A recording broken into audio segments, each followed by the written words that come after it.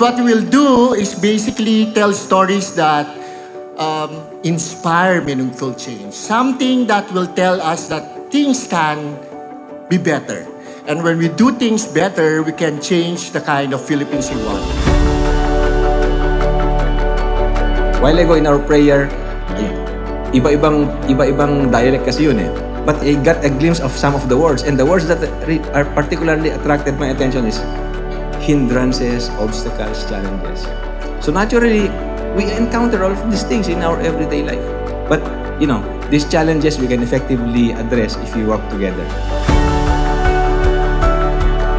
Today's event signals our eagerness and yearning to learn and to share the valuable lessons we have experienced from our successes, our shortcomings, and best practices of good local governance and innovative practices in local infrastructure sector.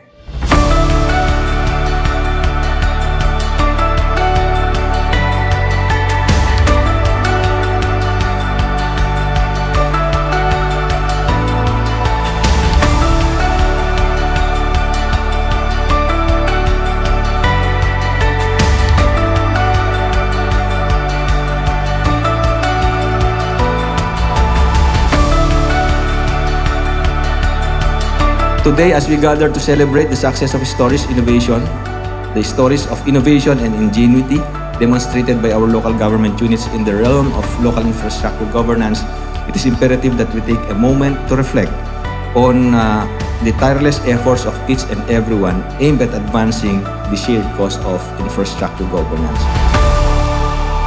Patuloy po tayong maging matatag, maunlad at masagana para mas mabuo natin ang totoong kwentong tagumpay.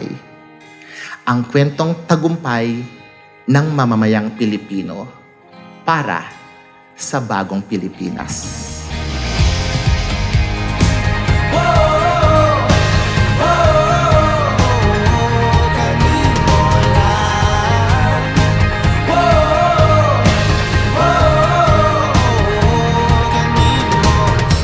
Ang langit sa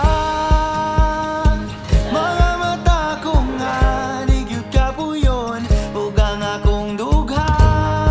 In the fiscal year 2024 national budget, we continue to manifest stories of successes of LGUs, not just in fiscal discipline and efficient expenditure management, but also as drivers of economic growth through green, sustainable, and innovative infrastructures. Ipanungka kong